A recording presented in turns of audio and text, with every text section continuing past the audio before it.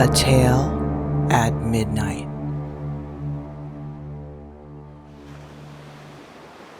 The Horror at Martin's Beach by H.P. Lovecraft with Sonia H Greene. I have never heard an even approximately adequate explanation of the horror at Martin's Beach. Despite the large number of witnesses, no two accounts agree, and the testimony taken by local authorities contains the most amazing discrepancies.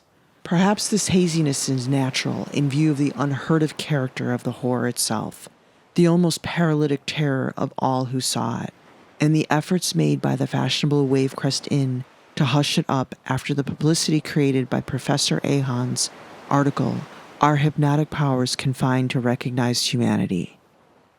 Against all these obstacles, I am striving to present a coherent version, for I beheld the hideous occurrence, and believe it should be known in view of the appalling possibilities it suggests. Martin's Beach is once more popular as a watering place, but I shudder when I think of it. Indeed, I cannot look at the ocean at all now without shuddering. Fate is not always without a sense of drama and climax, hence the terrible happening of August 8th, 1922, swiftly followed a period of minor and agreeable wonder-fraught excitement at Martin's Beach.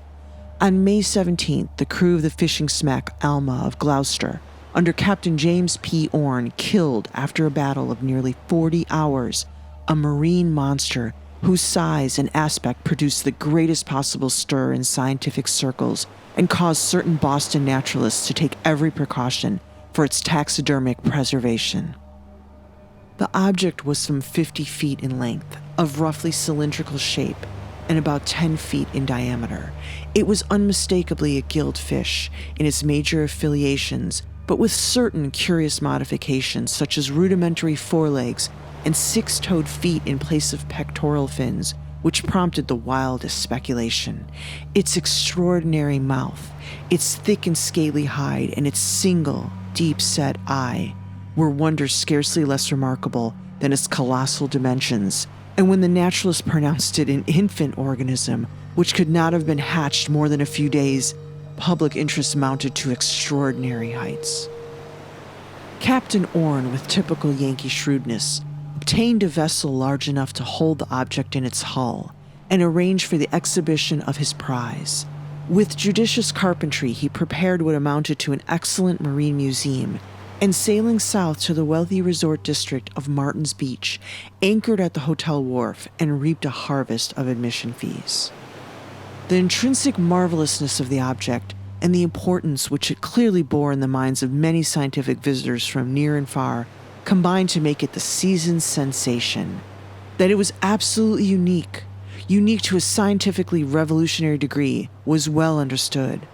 The naturalists had shown plainly that it radically differed from the similarly immense fish caught off the Florida coast. That while it was obviously an inhabitant of almost incredible depths, perhaps thousands of feet, its brain and principal organs indicated a development startlingly vast and out of all proportion to anything hitherto associated with the fish tribe. On the morning of July 20th, the sensation was increased by the loss of the vessel and its strange treasure. In the storm of the preceding night, it had broken from its moorings and vanished forever from the sight of man, carrying with it the guard who had slept aboard despite the threatening weather. Captain Orne, backed by extensive scientific interests and aided by large numbers of fishing boats from Gloucester, made a thorough and exhaustive searching cruise, but with no result other than the prompting of interest and conversation. By August 7th, hope was abandoned, and Captain Orne had returned to the Wavecrest Inn to wind up his business affairs at Martin's Beach and confer with certain of the scientific men who remained there. The horror came on August 8th. It was in the twilight, when gray seabirds hovered low near the shore, and a rising moon began to make a glittering path across the waters. The scene is important to remember, for every impression counts.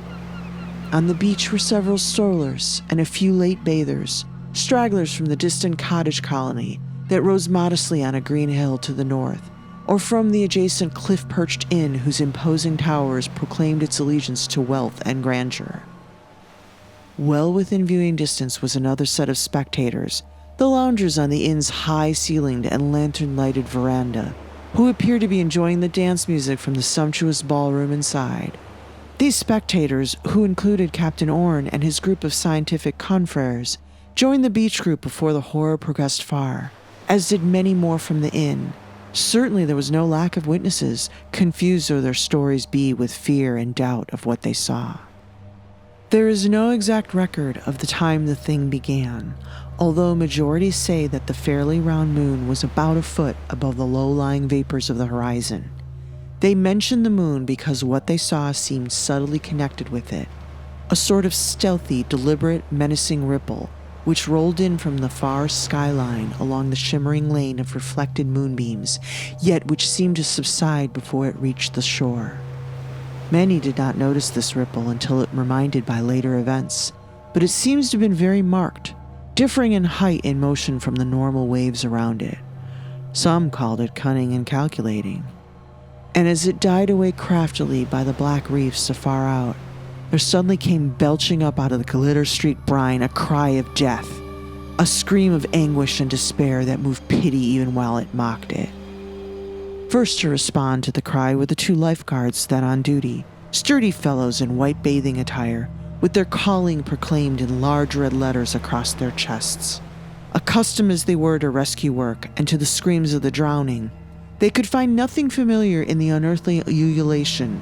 Yet with a trained sense of duty, they ignored the strangeness and proceeded to follow their usual course.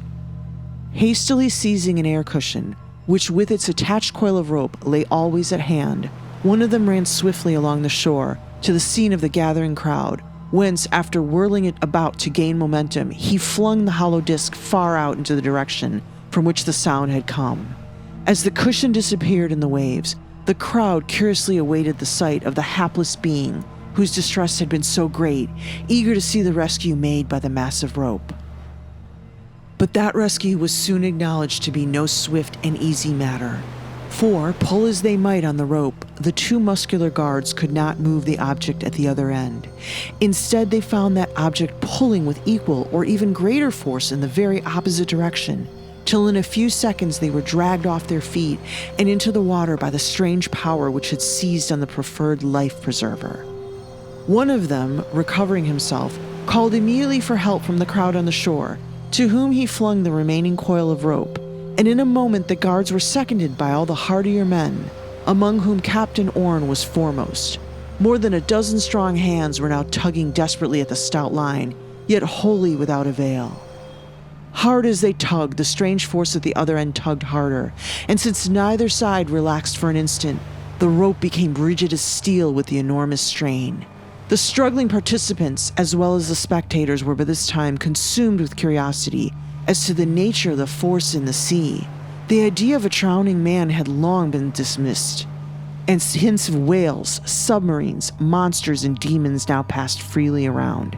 Where humanity had first led the rescuers, wonder kept them at their task, and they hauled with a grim determination to uncover the mystery.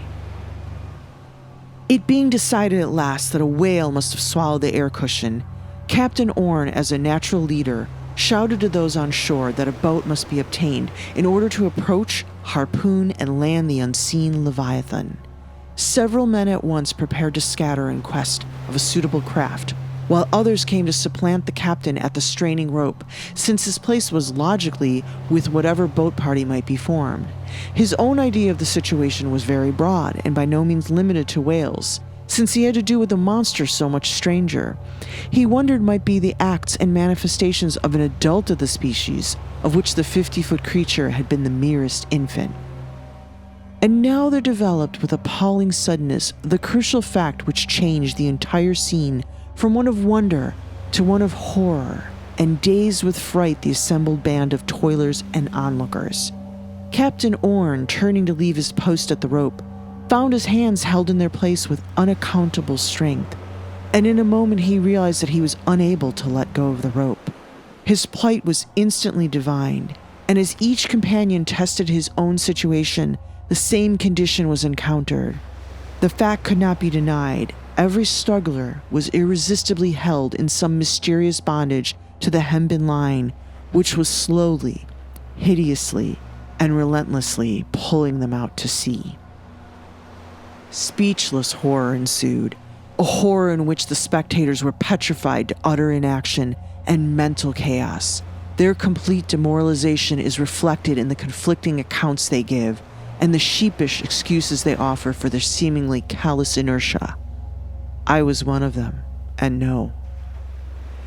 Even the strugglers, after a few frantic screams and futile groans, succumbed to the paralyzing influence and kept silent and fatalistic in the face of unknown powers.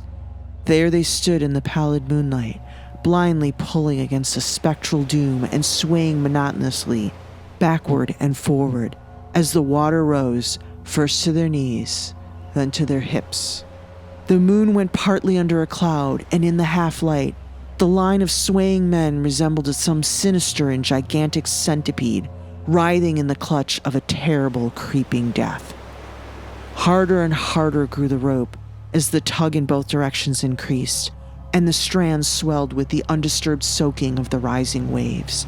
Slowly the tide advanced till the sands so lately peopled by laughing children and whispering lovers were now swallowed by the inexorable flow. The herd of panic-stricken watchers surged blindly backward as the water crept above their feet, while the frightful line of strugglers swayed hideously on, half submerged and now at a substantial distance from their audience. Silence was complete. The crowd, having gained a huddling place beyond the reach of the tide, stared in mute fascination without offering a word of advice or encouragement or attempting any kind of assistance.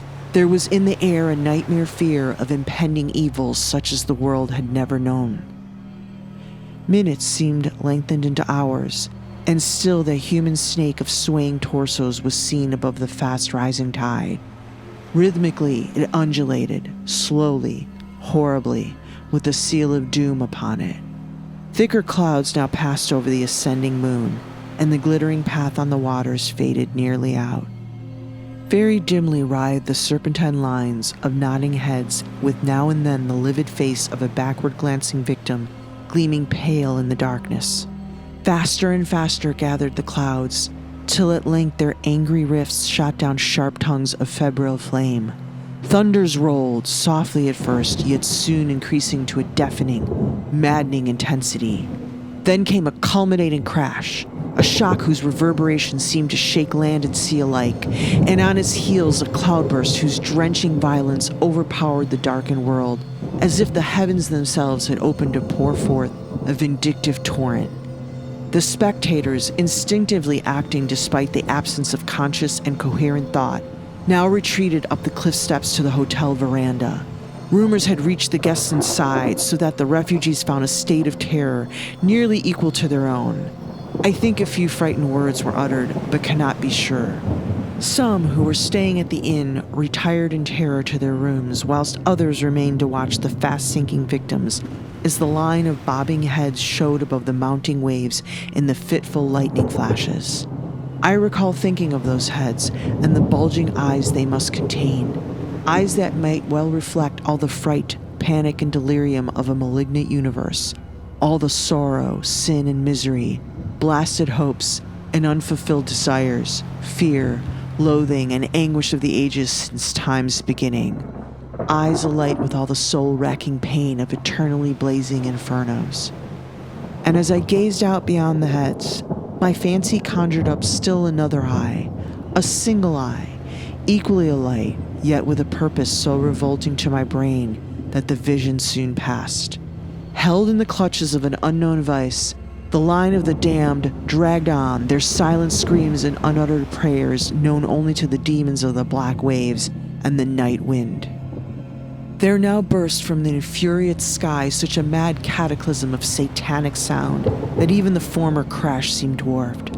Amidst a blinding glare of descending fire, the voice of heaven resounded with the blasphemies of hell, and the mingled agony of all the lost reverberated in one apocalyptic, planet-rending peal of cyclopean din. It was the end of the storm, for with uncanny suddenness the rain ceased, and the moon once more cast her pallid beams on a strangely quieted sea. There was no line of bobbing heads now. The waters were calm and deserted, and broken only by the fading ripples of what seemed to be a whirlpool far out in the path of the moonlight, whence the strange cry had first come.